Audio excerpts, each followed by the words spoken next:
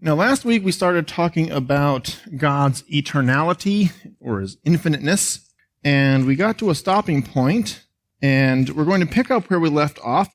We're going to be looking at the idea of God operating inside time. Again, this goes back to concepts that are a bit difficult to understand, but we do know that God exists outside of time. However, when we look at Scripture, we can see that God does also operate inside time. Let's just look at some examples of God operating in time. Well, we can just go to Genesis 1, and I'm not going to read the whole chapter. I'm just going to summarize this. In Genesis 1, what happened? God created the heavens and the earth, and then the list of days. And they summarized to go like this. Day 1, light. Day 2, sky versus water. He separated the sky versus the water on the ground that was on the ground. Day 3, land, seas, vegetation. Day 4, sun, moon, stars. Day 5, fish and birds. Day 6, land animals and mankind. And day 7, he rested. But in each of these, after he created something, it says the evening and the morning were one day. First, second, third, fourth, fifth, sixth, seventh day. So we have God doing something. First, we have God creating time itself. In Genesis 1:1, God created time itself. As we learned from last week, that when God created everything, he created matter, space, and time. That's what makes up all of creation. He created all of that out of nothing. So he created time in Genesis 1:1. And then on each day, God created various things, which means God had to operate inside of time. But he also had to exist before time existed, so he exists outside of time. Now, a bit of a side note here. It's very interesting when you look at this. On day 1, God created light. So, the source of light on the earth is a big old burning ball of gas that we call the sun, and it radiates light down onto earth. Now, here's the interesting part. Day 1, God created light. Day 2, created something else. Day 3, created something else. Day 4, the sun and the stars and the moon. So for day 1, day 2, and day 3, we have light, but no sun. Now, the argument for this is that the light is referring to some other source of light. And my question would be, on earth, what source of light? In the universe, in the natural world. Light of the world, but what's the source of our light? Well, it's not a light bulb. It's the sun is one option. Stars are another. Well, what about the moon? Well, that doesn't work because the moon was created also on day 4. Besides, the moon is just a reflection of the sun's light. So we have light existing for days with no natural source of light. I would argue this. The source of light on day 1, 2, and 3 was God himself. That's the only source that existed for light. Now, an evolutionist would say, well, this is metaphor. It's not literal days, and so therefore, and my answer is, and the reason I support a young earth and a literal 7-day creation is because when you look at the passages in Genesis 1, it doesn't say he created these things and it was day 1.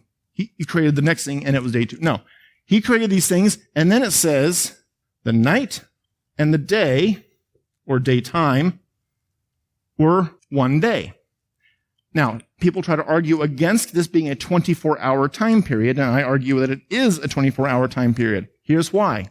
It is specified nighttime, specified daytime. That is a 24-hour time period. So, therefore, I argue that God created everything in 7 literal days. So what we have here is God creating things in time, which means God has to operate inside time. But that's not the only place that we see God operating inside time. Does someone want to turn to Genesis chapter 18, verses 12 and 13? Genesis 18, verses 12 and 13. And when you get there, you can go ahead and read it. So here we have the story of God interacting with Sarah and Abraham. He tells Abraham and Sarah that they're going to have a child. Sarah famously laughs And some people have said that this was a laughter of disbelief. I tend to think of it as a laughter of overjoy and just like, wow, really? Wow. Just that kind of a laugh. But whatever the reason, we have Sarah laughing. So Sarah laughs. If we keep reading, Sarah laughs. The Lord said to Abraham, why did Sarah laugh? So Sarah laughs. God responds.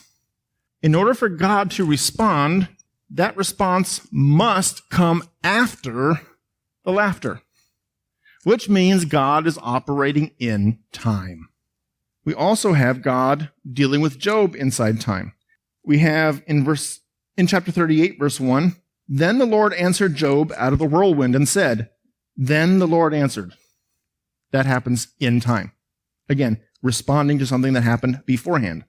Chapter 40, verse 1, and the Lord said to Job, chapter 40, verse 3, then Job answered the Lord and said, 3 verses later in verse 6, then the Lord answered Job out of the whirlwind and said. So what's interesting in Job, especially chapter 40, is we have God spoke first. God said some things. In verse 3, Job responded to God, said his things. Well, then God responded back to Job. We have a conversation going on. That means God is not operating in this case outside of time, because otherwise, well, God could have said this before Job or after. No. He's interacting with him in time.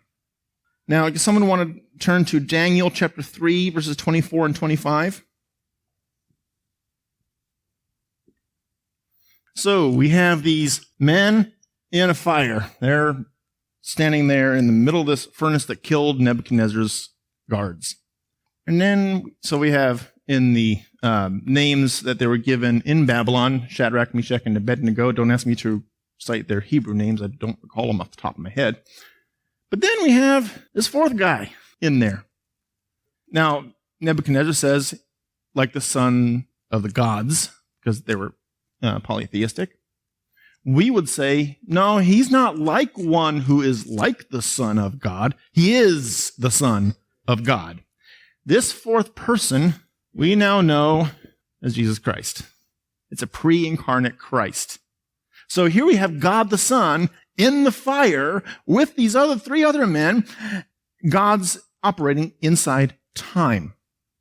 Or you can put it this way, as Mr. Lunt said in VeggieTales, he's real shiny. So we again have God operating in time. And of course, we also have 4 books that outline God the Son operating in time a lot. He was born, he was raised, he went to the temple and befuddled the people, and amazed them. He lived, he taught, he died, he rose again in Matthew, Mark, Luke, and John. Again, God operating inside of time. And some other verses that teach that God acts in time in Galatians 4, verses 4 and 5. Now, these aren't instances of seeing God act in time or instances of God showing himself acting in time. These are more descriptions of that fact that God does act in time. In Galatians, Paul writes, "But when the fullness of time had come, God sent forth his Son, born of a woman, born under the law, to redeem those who were under the law, so that we might receive adoption as sons." When the fullness of time had come, which means on the timeline, we have creation and then all the way until whenever. God waited and waited and waited and waited. Now it's time. Which means God was acting inside of time. Now, Acts 17, verses 30 and 31. Does someone want to read Acts 17, verses 30 and 31? We have God saying that he's overlooked this. He has overlooked certain times. Now, he can do this outside of time. However, there's an indication that he's working in time because it says that he set a specific date. And right here, he set the specific date known as Judgment Day. That's fixed in time. Which means God is going to be doing this in time. God set something in the calendar of time. God is acting in time. And also, what's interesting here is there's 3 things going on.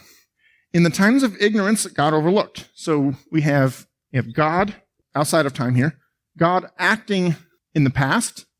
In times of ignorance, he overlooked, but now he commands, so present, now he commands people to repent. And then he says, because he has fixed the day, the future. We have all three there, the past, the present, and the future. Then God's operating in all of them. Now, God exists outside of time, but he operates inside of time. But he has something that we don't have. He can go back and forth and does do both. We cannot. We are always going to be bound to time. We are always going to be operating inside time. There will not be a time, lack of a better term, when we are outside of time. So I have written down there, although God exists outside of time, we're finite creatures. We're created in time and exist in time. Genesis 1:1 and then 26 to 31, because it's longer, I'll go ahead and read it. In the beginning, God created the heavens and the earth. Then God said, this is jumping to verse 26, then God said, let us make man in our image, after our likeness, and let him have dominion over the fish of the sea and over the birds of the heavens and over the livestock and over all the earth and over every creeping thing that creeps on the earth. I guess we're supposed to have dominion over those spiders. I still won't mess with them. So God created man in his own image. In the image of God, he created him. Male and female, he created him. Wait. He created them male and female? He created them male and female. You mean God didn't wait to ask Adam and Eve, so what do you want to identify as? No. Nope. He created male and female, and it is still male and female to this day. Why? Because that's what God created. Continuing on, and God blessed them, and God said to them, be fruitful and multiply, and fill the earth, and subdue it, and have dominion over the fish of the sea, and over the birds of the heavens, and over the earth, and over every living thing that moves on the earth. And God said, behold, I have given you every plant yielding seed that is on the face of the earth, and every tree with seed in its fruit. You shall have them for food. And to every beast of the earth, and to every bird of the heavens, and to everything that creeps on the earth, everything that has the breath of life, I have given every green plant for food. And it was so. And God saw everything that he had made, and behold, it was very good. And there was evening, and there was morning, the sixth day. So, aside from the fact that God created man and gave him dominion, what we have here is the aspect that we were created on a specific day, which means that we were created inside of time. We have never existed outside of time, and we never will exist outside of time. Now, the question can come up, what about in the end with the new heavens, the new earth, and eternity? Will we exist outside of time then? And I've heard people argue that we will exist outside of time, and I've heard people argue that we won't exist out of time. I've often gone back and forth because I've been trying to wrestle in my own mind, which is it? The problem that people have with time is, if you have a calendar, 1 month, 2 months, 3 months, and so forth, all the way till the 12th month. Well, that's a long time. We're counting on days. But that can seem like a long time. Now, 70 years, that's a long time for some people. Imagine someone had lived nowadays for 150 years.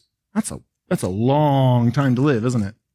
Well, now we just go further and further until we get to infinite time, where one day after another.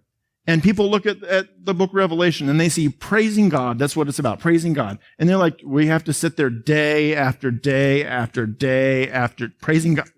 That's going to get boring after a while. No, it won't. But that's one of the main arguments I've heard against it, is that it's boring and it's forever. God wouldn't torture us to make us do this for day after day. So therefore, we have to exist in a single moment and outside of time. And, well, I can understand the philosophical and even the human argument against being in time and eternity. Well, let's take a look at Scripture. Revelation 21, verses 24 and 26. Revelation chapter 21, verses 24 and 20 through 26. When you get there, go ahead and read it.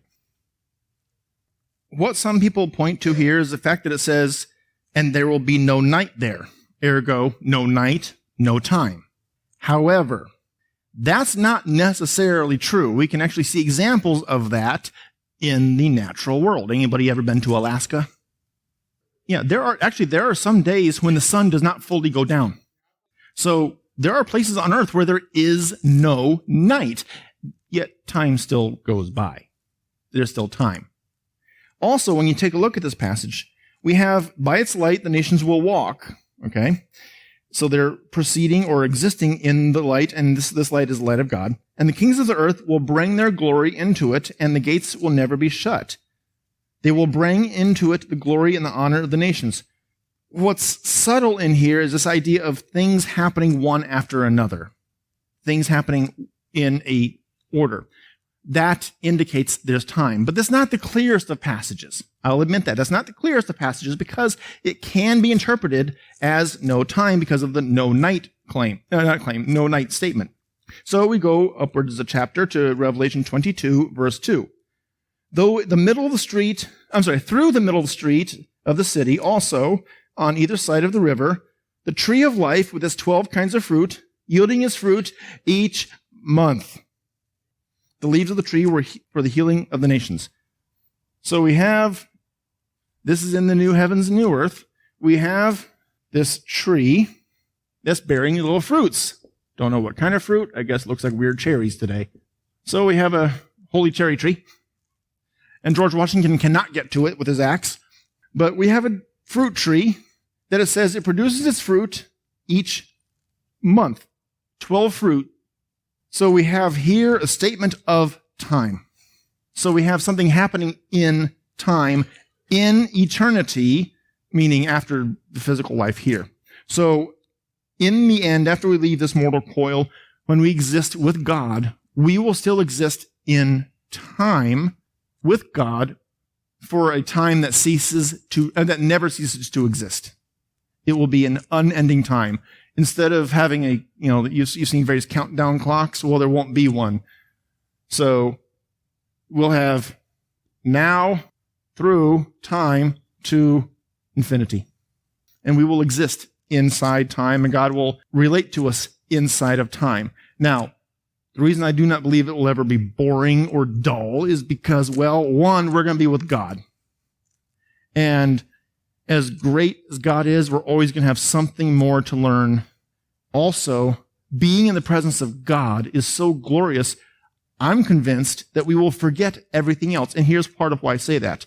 When Isaiah was confronted with God, he fell on his face. He forgot everything else. He fell on his face.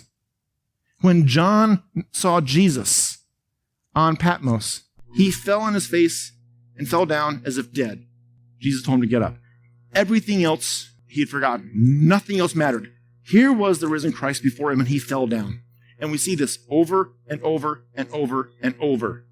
When people encounter God in his full glory, or even in a partial glory, because I don't believe even at Patmos Jesus was in his full glory, because God said that if we can't see his face or else we'll die. The idea is we can't see his full glory in our human sinful eyes because it will kill us, because that's how glorious he is.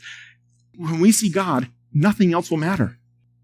So will it be boring? No.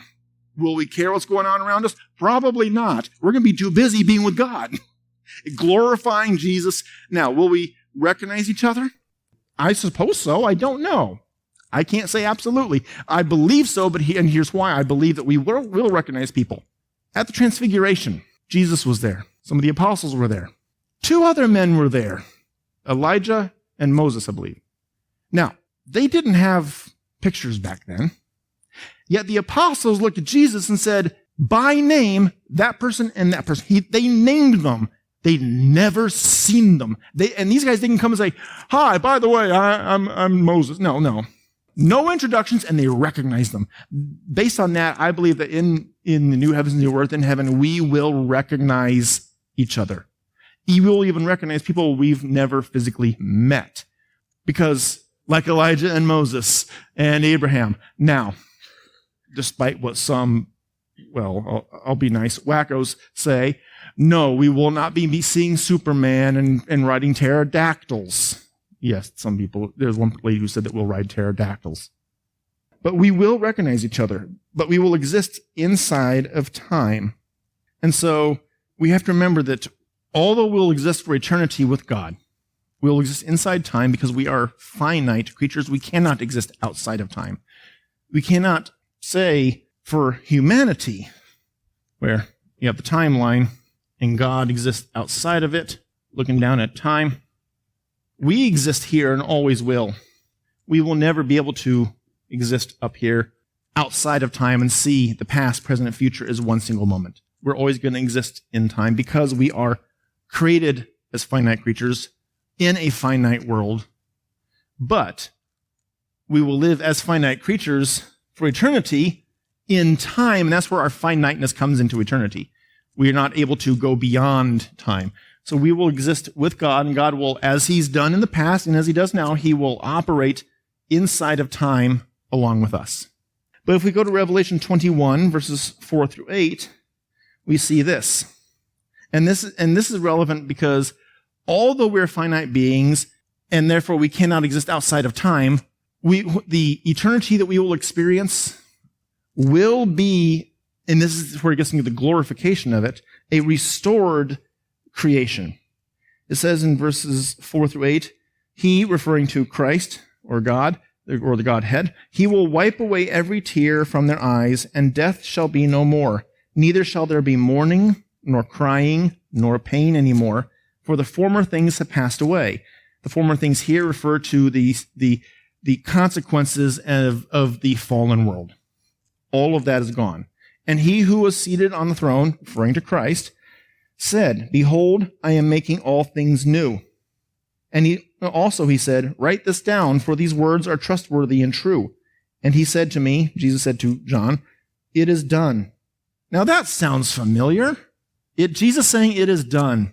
He said that now to John. And John, by the way, was the apostle, the only one who was at the cross, so he would have been there to hear the initial, it is finished. Bit of a theological lesson here. The connection between it is done and it is finished. When Jesus said it is finished on the cross, he was talking about the work of atoning for sin. Salvation regarding the atonement and satisfying God's wrath is finished. His blood has now been shed. No more shedding of blood is necessary to pay for sin because it is finished. However, salvation itself as a total picture biblically begins at the cross. But you remember, Jesus is the author and finisher of our faith.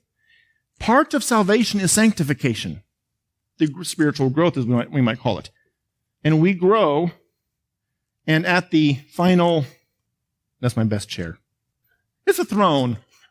The judgment seat. At the judgment seat, in the very end, the sanctification process will then be complete. So, again, the work of atonement is finished. The absolute final work is done. So we continue on. It is done. I am the Alpha and the Omega, the beginning and the end. To the thirsty I will give from the spring of water of life without payment. That kind of goes back to the woman at the well. The one who conquers will have this heritage, and I will be his God, and he will be my son. Here it is, Jesus claiming to be God. But as for the cowardly, the faithless, the detestable, as for murderers, the sexually immoral, sorcerers, idolaters, and liars, their portion will be in the lake that burns with fire and sulfur, which is the second death. Oh yeah, so by the way, he just put liars in there with murderers. I'm not that bad. I've only told a few lies. I'm not a murderer. You're just as guilty, worthy of hell. It's right there. But the thing that we need to see here is this. In this eternal state, that which taints creation, that which corrupts us, all of it gone. No more death, no more suffering, no more sorrow, eternal glory and joy beyond our imagination. It's what Adam and Eve, I believe, got to experience until they ate. Untainted, uncorrupted world. and they ruined it for the rest of us. But we're not innocent because we all ruin it in our own ways too, because we all still sin.